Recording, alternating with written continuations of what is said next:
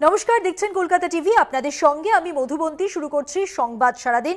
শুরুতেই যে গুরুত্বপূর্ণ খবরে নজর রাখবো, ভাইরাল ভিডিওর পর এবার সন্দেশখালীর ভাইরাল অডিও এবং এই ভাইরাল ভিডিও জানিয়ে তোলপাড় রাজ্য রাজনীতি। নির্বাচনের আবহে আমরা দেখেছি এবং তারপর পরপর কিছু ভাইরাল ভিডিও আসার পর যারা যারা সামনে এসেছিলেন, এবার ভাইরাল অডিও থেকে ঠিক কি পাওয়া গেল সেই দিকে এবার আলোকপাত করব। সন্দেশখালীতে ভাইরাল ভিডিওর পর এবার সন্দেশখালীর ভাইরাল অডিও।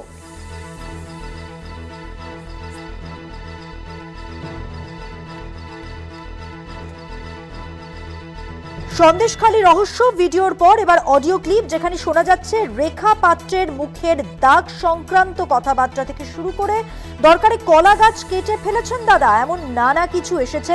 বিজেপির রাজ্য সভাপতি সুকান্ত মজুমদারের নামও।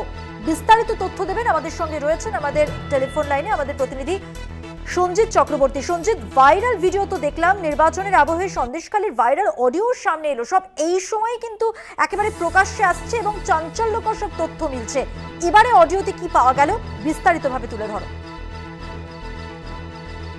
কয়েকদিন বাদেই শেষ দফা নির্বাচন, অর্থাৎ সপ্তম দফা 1 জুনের মধ্যেই যে অডিও ভাইরাল, এর আগে থেকে চলতি মাসে 4 মে এবং 11 মে পরপর যে দুটি ভিডিও ভাইরাল হয়েছিল, সেখানকার বিজেপি নেতা অর্থাৎ মন্ডল সভাপতি গঙ্গাধর কয়ালের পাশাপাশি তারপরে গ্রামবাসীর পক্ষ থেকে একটি ভিডিও ভাইরাল হয়েছিল।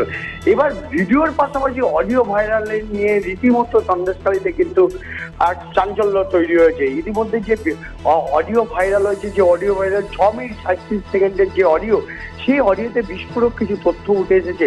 অর্থাৎ আন্দোলন চলাকালীন, অর্থাৎ সন্দেশখালীতে যে ফেব্রুয়ারি মাসে আন্দোলন চলছিল, সেই আন্দোলন চলাকালীন যেভাবে প্রতিবাদীদের মধ্যে একাধিক যেমন পুরুষ কণ্ঠ রয়েছে, মহিলা কণ্ঠ রয়েছে, যে তাদের কথোপকথন, সেই কথোপকথনে যেখানে বিস্ফোরক দাবি করা হয়েছে। একদিকে বলা হয়েছে যে কলা গাছ থাকলে কলা গাছ কেটে ফেলে দিতে হবে, অন্যদিকে বিভিন্ন সংগঠিত অর্থাৎ বিজেপি প্রার্থীর যে মুখের যে দাগ, সেই দাগের কথাও উঠে এসেছে। এই নিয়ে কিন্তু ইতিমধ্যে কিন্তু যার বিরুদ্ধে অভিযোগ, যে বিশেষ করে যেই প্রতিবাদী, তিনি কিন্তু এই অভিযোগ অস্বীকার করেছেন। তিনি বলেছেন এই কণ্ঠস্বর আমার, কিছু কিছু কণ্ঠস্বর আমার নয় এবং কণ্ঠস্বর বিকৃতি করা হচ্ছে এবং চক্রান্ত করে এই অডিও বের করা হয়েছে। এই অডিও সত্যতা নিয়ে তিনি প্রশ্ন তুলেছেন। কিন্তু নতুন করে নির্বাচনের মধ্যেই এই নতুন করে অডিও ভাইরাল সন্দেশখালীতে রাজনৈতিক মাত্রা কিন্তু আলাদাভাবে নিয়েছে। তুমি জানো 20 মে বসিরহাটের লোকসভায় তৃণমূল প্রার্থী শেখ হাজিনুল ইসলামের সমর্থনে দলনেত্রী সেখানে জনসভা করেন এবং সেই জনসভা থেকে তিনি বলেন জিতলে সন্দেশখালী মাটিতে প্রথম সভা তিনি যাবেন।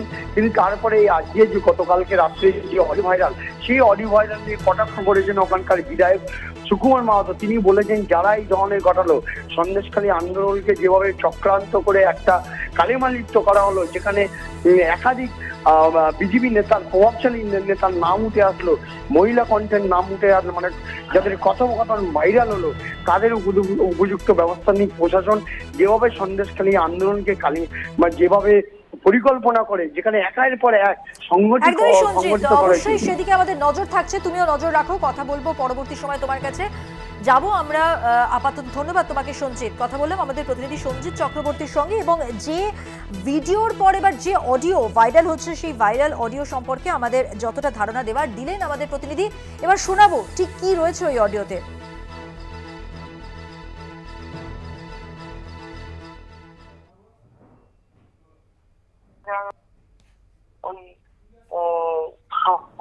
রাষ্ট্রপতির কাছে যাওয়ার জন্য যখন তোমার সুকান্ত মজুমদার যেদিন এসেছিল, সেদিন আমাদের ডেকেছিল লোক মারফত। সেদিন কিন্তু মানে ওনার কনভেনার মারফত যখন ডেকেছিল, তখন কিন্তু ওনার এই কনভেনারই বলেছিল যে অনেক টাইম আছে যাওয়ার, এখন ওনার সাথে যাওয়ার দরকার নেই, আমি যখন বলবো তখন যাবে, এই শুভঙ্করই বলেছিল।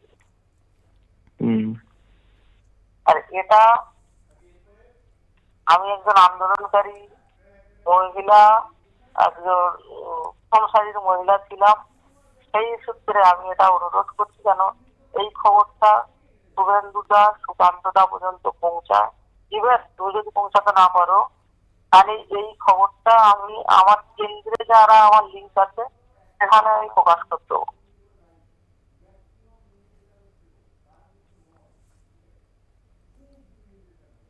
প্রকাশ করতে দেবো।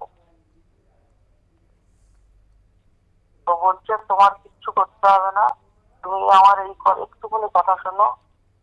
ভাই যেখানে আছে ভাইকে সেই একই যখন ওই কথাটা বলে আমাকে সমদা যখন আমাকে এই কথা বলে, আমি বলে আমি এইটা তুমি আমাকে বলার আগে আমি ওকে একটা কালকে তাতে ছোট ভাই হিসাবে ওই অ্যাডভাইসটাই দিয়েছিলাম। প্রয়োজন সবার এখানে,